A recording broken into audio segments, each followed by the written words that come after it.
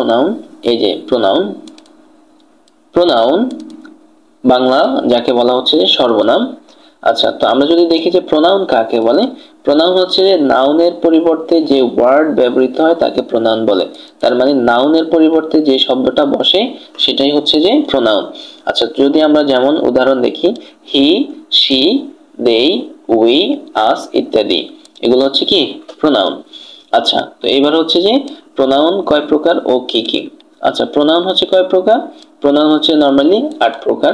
যেমন হচ্ছে personal pronoun ব্যক্তিবাচক সর্বনাম, তারপর হচ্ছে যে ডেমনস্ট্রেটিভ প্রোনাউন নির্দেশক সর্বনাম, তারপর হচ্ছে ইন্টারোগেটিভ প্রোনাউন প্রশ্নবোধক সর্বনাম, তারপরে রিলেটিভ প্রোনাউন সম্পর্কবাচক সর্বনাম, ইনডেফিনিট প্রোনাউন অনির্দিষ্ট সর্বনাম, ডিস্ট্রিবিউটিভ প্রোনাউন পার্থক্য নির্দেশক সর্বনাম, রিফ্লেক্সিভ প্রোনাউন আত্মবাচক সর্বনাম, তারপরে সর্বশেষ যেটা আছে সেটি হচ্ছে যে রেসিপ্রোকাল প্রোনাউন পারস্পরিক সর্বনাম। আচ্ছা, তো প্রথমত হচ্ছে মোটামুটি তোমরা এগুলো দেখেছো কিন্তু এখনো কিছু ধরতে পারো নাই ভালোভাবে, তো সেই জন্য হচ্ছে যে যদি আমরা একটু বিস্তারিত পড়ি তাহলে আমরা ধরতে পারবো। তো প্রথমত হচ্ছে পার্সোনাল প্রোনাউন কাকে বলে, তার মানে পার্সোনাল প্রোনাউনটা কি। পার্সোনাল প্রোনাউন হচ্ছে যে যেই প্রোনাউন কোনো ব্যক্তি বস্তু বা প্রাণীর পরিবর্তে বসে তাকে পার্সোনাল প্রোনাউন বলে। মানে ব্যক্তি, দেখো ব্যক্তি বস্তু বা প্রাণীর পরিবর্তে বসে তাকে কি বলে পার্সোনাল প্রোনাউন বলে। যেমন হচ্ছে হি ইজ আ বয়, সে একটি বালক। তো ধরো এখানে এটা কার পরিবর্তে বসছে, এটা কোনো একটা নাউনের পরিবর্তে বসছে। যদি লাইনটা এমন হইতো রহিম ইজ আ বয়, রহিম একজন বালক, কিন্তু রহিমের জায়গায় রহিম না দিয়ে হি দেয়া যেত, সে একটি বালক, তাহলে হচ্ছে যে এখানে রহিমের পরিবর্তে হি আসছে, অথবা করিমের পরিবর্তে হি আসছে, অথবা কোনো একজন ব্যক্তির পরিবর্তে হি আসছে, সেজন্য এটা হচ্ছে যে পার্সোনাল প্রোনাউন। ঠিক আছে, এটাই বললো যে কোনো ব্যক্তির পরিবর্তে যদি কি বসে, কোনো শব্দ বসে, সেটাই হচ্ছে যে পার্সোনাল প্রোনাউন। তারপর হচ্ছে যে আমার গার্ল, মানে হচ্ছে আমি একজন বালিকা। এই যে আইটা মূলত হচ্ছে কোনো একজন বালিকার নামের পরিবর্তে বসছে। যেমন বালিকাটা হইতে পারতো ফাতিমা, বালিকাটা হইতে পারতো হচ্ছে যে নাদিয়া, বা বালিকাটা যে কোনো একটা নাম হইতে পারতো, ওই নামটার অপোজিটেই কিন্তু আই বসছে, সেজন্য হচ্ছে যে এটাও হচ্ছে পার্সোনাল প্রোনাউন। আচ্ছা, আশা করছি তোমরা ধরতে পারছো। আমরা যথাসাধ্য চেষ্টা করছি যে তোমাদের ক্লাসগুলো যেন বেশি কমপ্লেক্স বা জটিল না হয়ে যায়। তারপরে যদি কোনো কিছু তোমাদের বুঝতে অসুবিধা হয় আমরা আসলে দুঃখিত, তোমরা প্রয়োজনে ভিডিওটা একটু পজ করে থামিয়ে তোমরা বোঝার চেষ্টা করবে। আচ্ছা, তো এরপর আমরা যেটা দেখতে পাচ্ছি সেটা হচ্ছে ডেমনস্ট্রেটিভ প্রোনাউন কাকে বলে।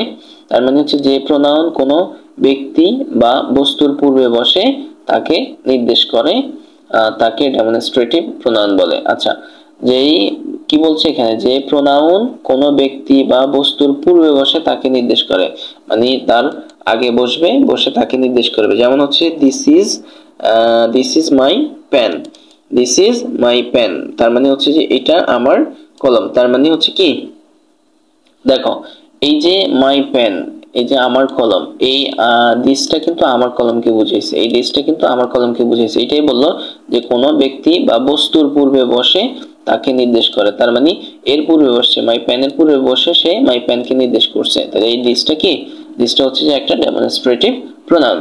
আচ্ছা, এরপরে যদি আমরা যাই তাহলে হচ্ছে এখানে বলা হচ্ছে যে দ্য ইজ ইয়োর গার্ডেন, মানে হচ্ছে ওইটা তোমার বাগান। দ্য ইজ ইয়োর গার্ডেন, ওইটা তোমার বাগান, তাহলে ওইটা দ্বারা কি বুঝাইছে, ওই যে বাগানটাকে বুঝাইছে গার্ডেন। তার মানে গার্ডেনের পরিবর্তে সে গার্ডেনের আগে বসছে। হ্যাঁ, সে বস্তুর পূর্বে বসছে, এই যে এটার পূর্বে বসছে, বসে সে এটাকে বুঝাইছে, হ্যাঁ এটাকে নির্দেশ করছে। তার মানে এই দ্যাটটা হচ্ছে ডেমনস্ট্রেটিভ প্রোনাউন। আচ্ছা, এরপরে যদি 3 নম্বরে আমরা যাই, ইন্টারোগেটিভ প্রোনাউন কাকে বলে। ইন্টারোগেটিভ প্রোনাউন কাকে বলে। আচ্ছা, তো আমরা দেখি এখানে বলা হচ্ছে যে প্রোনাউন কোনো প্রশ্ন জিজ্ঞেস করতে ব্যবহৃত হয় তাকে ইন্টারোগেটিভ প্রোনাউন বলে। এটা একদম সহজ, তাই না।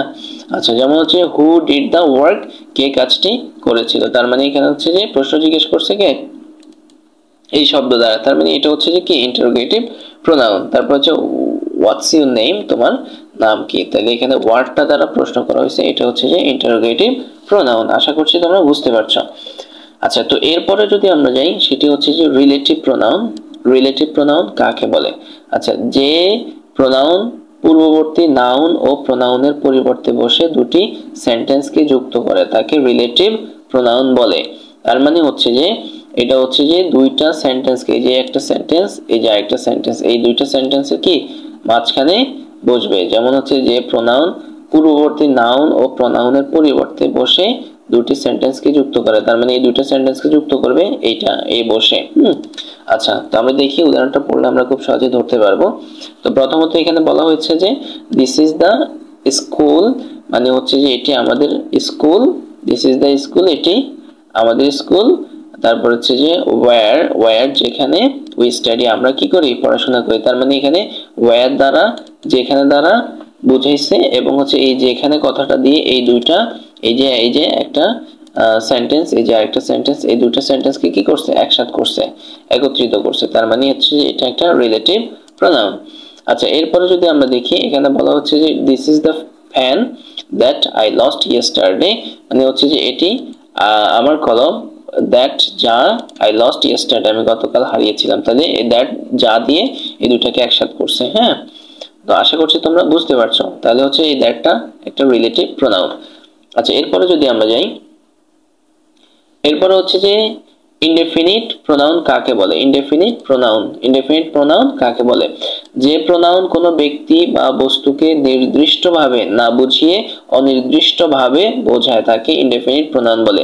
মানে হচ্ছে যে যে প্রোনাউন কোনো ব্যক্তি বা বস্তুকে নির্দিষ্টভাবে বোঝাবে না, না বুঝিয়ে অনির্দিষ্টভাবে বোঝায় তাকে ইনডেফিনিট প্রোনাউন বলে। যেমন হচ্ছে আমরা পড়লে বুঝতে পারবো, যেমন any of the books will do, তার মানে কি যে কোনো বই চলবে। তাহলে এই যে কোনো কথাটা কি কোনো নির্দিষ্টভাবে কিছু বুঝাইছে? বুঝায় নাই, সেজন্য এটা অনির্দিষ্টভাবে বুঝাইছে, এইজন্য এটা হচ্ছে কি ইনডেফিনিট প্রোনাউন। আচ্ছা, এরপরে বললো যে none of them helped me, তার মানে হচ্ছে যে তাদের কেউ আমাকে কি করেনি, সাহায্য করেনি। তাইলে হচ্ছে যে কি নন মানে কেউই না, কেউই করে নাই, তার মানে হচ্ছে এটা নির্দিষ্ট না, হ্যাঁ এটা অনির্দিষ্ট, তার সেজন্য এটা হচ্ছে যে ইনডেফিনিট প্রোনাউন। আচ্ছা, এরপরে যদি আমরা যাই 6 নম্বরে, সেটা হচ্ছে যে ডিস্ট্রিবিউটিভ প্রোনাউন কাকে বলে।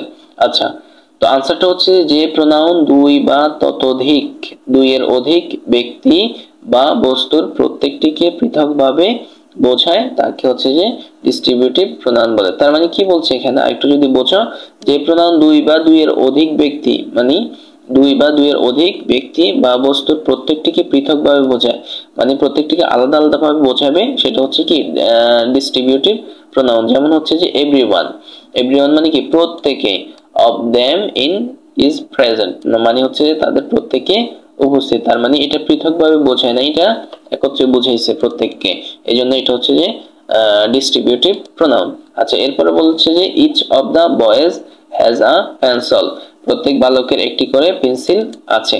এই যে ইচ দ্বারা কি বোঝায়, প্রত্যেক বুঝাইছে, এখানে কোনো নির্দিষ্ট পৃথক করে কিছু বোঝায় নাই, তার মানে ইচটা হচ্ছে কি ডিস্ট্রিবিউটিভ প্রোনাউন। আচ্ছা, তো এরপরে যদি আমরা যাই, এরপর আমরা দেখতে পাচ্ছি যে রিফ্লেক্সিভ প্রোনাউন কাকে বলে। হ্যাঁ, রিফ্লেক্সিভ প্রোনাউন তো হচ্ছে যে প্রোনাউন এর শেষে সেলফ বা হচ্ছে সেলফস যোগ করা হয় এবং সাবজেক্ট ও অবজেক্ট একই ব্যক্তিকে বোঝায় তাকে রিফ্লেক্সিভ প্রোনাউন বলে। এটা তো খুবই সহজ, তাই না? তার মানে হচ্ছে উদাহরণে আমরা দেখতে পাচ্ছি শি কিল্ড হার সেলফ, মানে হচ্ছে সে আত্মহত্যা করলো। এই যে হার সেলফ মানে হচ্ছে এই যে সেলফ আছে, খেয়াল করছো এই যে সেলফ আছে, তাহলে এটা হচ্ছে কি রিফ্লেক্সিভ প্রোনাউন। আচ্ছা, তো এরপরে যদি আমরা দেখি, এখানে দেখতে পাচ্ছি যে you can help yourself, মানে হচ্ছে তুমি তোমার নিজেকে কি করতে পারো, সাহায্য করতে পারো। তার মানে আমরা এখানে দেখতে পাচ্ছি যে সেলফ আছে, হ্যাঁ এখানে সেলফ আছে, তার মানে এটা হচ্ছে কি রিফ্লেক্সিভ প্রোনাউন। আচ্ছা, তো এরপরে সর্বশেষ যে প্রোনাউনটা, এটা যদি আমরা দেখি, এটা হচ্ছে যে রেসিপ্রোকাল প্রোনাউন কাকে বলে। যে প্রোনাউন দুই বা দুইয়ের অধিক ব্যক্তি বা বস্তুর মধ্যে পারস্পরিক সম্পর্ক নির্দেশ করে তাকে রেসিপ্রোকাল প্রোনাউন বলে। তার মানে কি বলছে, দুই বা দুইয়ের অধিক ব্যক্তি বা বস্তুর মধ্যে পারস্পরিক সম্পর্ক নির্দেশ করে তাকে রেসিপ্রোকাল প্রোনাউন বলে। যেমন হচ্ছে দে লাইক ওয়ান আদার, মানে হচ্ছে যে তারা একে অপরকে পছন্দ করে, তার মানে এখানে কি করলো, পারস্পরিক সম্পর্কটা নির্দেশ করছে। হ্যাঁ, তারপর হচ্ছে দে হেল্প ইচ আদার, তারা হচ্ছে যে একে অপরকে কি করে, সাহায্য করে।